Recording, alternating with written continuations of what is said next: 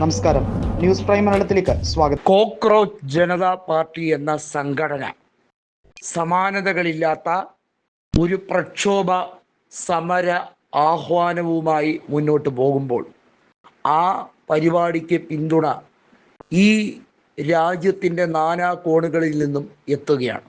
Sonam വാങ്ചുങ്ങും cockroach Janata പാർട്ടിയും എല്ലാം സമരങ്ങളുടെ ഒരു തുടർ പരമ്പര തന്നെ നടത്തിക്കൊണ്ടിരിക്കുകയാണ്. BJP അവരുടെ കുഴി പരിപൂർണമായി തോണ്ടിയിരിക്കുന്നു എന്ന് പറയാതിരിക്കാൻ കഴിയില്ല.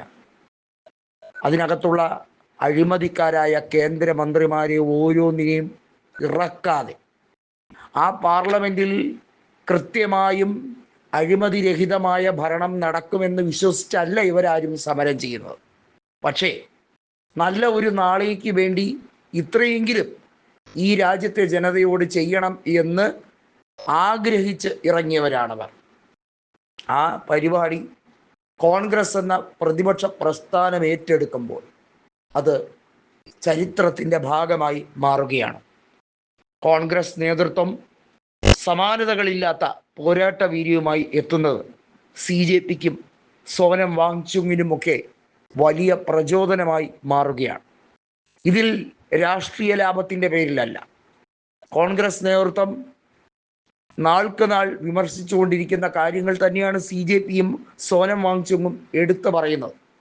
നോക്കൂ, ഈ രാജ്യത്ത് ചോദ്യപേപ്പർ ചോർച്ചയുമായി ബന്ധപ്പെട്ട് സാനിറ്ററി പാഡുകളിൽ വരെ എഴുതിയിരിക്കുന്നു ഇവിടെ ലീക്കേജ് ഉണ്ട് എന്ന രീതിയിൽ, അതായത് ചോദ്യപേപ്പർ ലീക്കേജ് ഉണ്ട് എന്ന രീതിയിൽ. അതിനെ പരിഹസിച്ചുകൊണ്ട് BJP സൈബർ സെൽ പറയുന്നത് കൃത്യമായും ആർത്തവത്തിന് ഉപയോഗിക്കുന്ന സാനിറ്ററി നാപ്കിൻ പോലും നിങ്ങൾ എന്തിനു വേണ്ടിയാണ് അതിൻ്റെ പടം വെച്ച് സമരം നടത്തുന്നത്? ഇതിലൂടെ എന്ത് സന്ദേശമാണ് നൽകുന്നത്? ഒരു തെറ്റുമില്ല, കൃത്യമായ സന്ദേശമാണ് നൽകുന്നത്.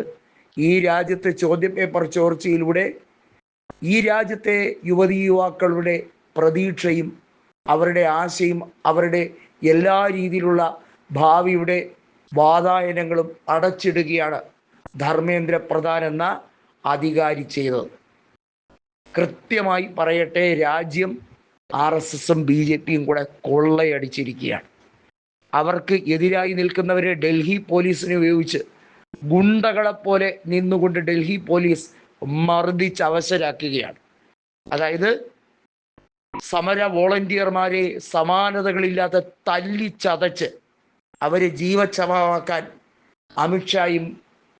അമിത്ഷായുടെ ഉദ്യോഗസ്ഥരും അനൗദ്യോഗികമായി ഇവർക്ക് നിർദ്ദേശം കൊടുത്തിരിക്കുന്നു എന്ന് തന്നെ പറയേണ്ടി വരും. അതായത് തിരുവായ്ക്ക് എതിർവായില്ല എന്ന രാജഭരണമാണ് മോദിയും അമിത്ഷായും കൂടി നടത്തുന്നത്. ജനാധിപത്യ രാജ്യത്ത് പ്രതിഷേധിക്കാനുള്ള സ്വാതന്ത്ര്യം പോലും നിങ്ങൾക്കില്ല, നിങ്ങൾക്കതിനുള്ള അനുവാദമില്ല എന്ന് പറയുന്ന അവസ്ഥ. ഇത് ഭ്രമയുഗമോ കലിയുഗത്തിൻ്റെ ഒരു അപഭ്രംശമോ ഒന്നുമല്ല. പക്ഷേ ഈ കലിയുഗ കാലത്ത് സമാനതകളില്ലാതെ ഈ കലിയുഗം എന്നത് മോദിയുടെയും അമിത്ഷായുടെയും യുഗമാണ് എന്ന് വീണ്ടും വീണ്ടും ആവർത്തിക്കുമ്പോൾ അധികാരമില്ലാത്ത, സുപ്രീം കോടതിയാൽ വലിയ തോതിൽ പരിഹസിക്കപ്പെട്ട, എന്നാൽ ഈ രാജ്യത്തിൻ്റെ സ്വത്തിന് അർഹരായവർ തെരുവിൽ സമരം നടത്തുകയാണ്. ഒരു ജീവിതകാലം മൊത്തം നടത്തേണ്ടി വന്നാലും മരണം വരെ താൻ നടത്തുമെന്ന് ചലച്ചിത്ര താരം പ്രകാശ് രാജ് പറയുന്നു. സമാനതകളില്ലാതെ പാർട്ടി ഭേദമന്യേ MP-മാർ, പ്രതിപക്ഷത്തുള്ള MP-മാർ, കോൺഗ്രസ്സുമോ മറ്റു പാർട്ടികളും എല്ലാം ഓടിയെത്തുകയാണ്.